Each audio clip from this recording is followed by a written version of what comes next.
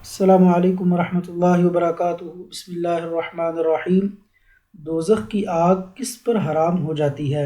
حضرت انس بن مالک رضی اللہ عنہ سے روایت ہے کہ ایک مرتبہ حضرت معاذ بن جبل رضی اللہ عنہ رسول اللہ صلی اللہ علیہ وسلم کے پیچھے سواری پر سوار تھے۔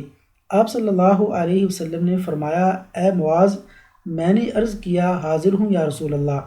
آپ صلی اللہ علیہ وسلم نے دوبارہ فرمایا، اے معاذ، میں نے عرض کیا حاضر ہوں اے اللہ کے رسول۔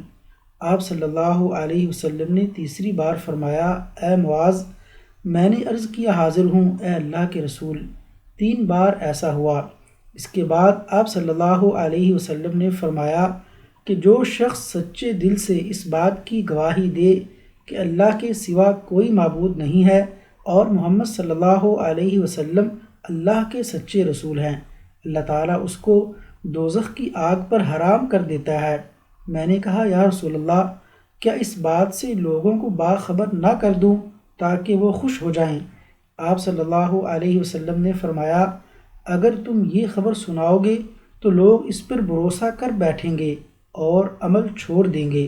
حضرت معاذ رضی اللہ عنہ نے انتقال کے وقت یہ حدیث اس خیال سے بیان فرما دی کہ کہیں حدیث رسول چھپانے کے گناہ پر ان سے آخرت میں مواخذہ نہ ہو۔ اللہ تبارک و تعالیٰ سے دعا ہے کہ اللہ تعالیٰ ایسے نیک اعمال کرنے کی توفیق عطا فرمائے جن کی وجہ سے جنت میں داخلہ نصیب ہو اور برے اعمال سے محفوظ فرمائے۔ آمین یا رب العالمین۔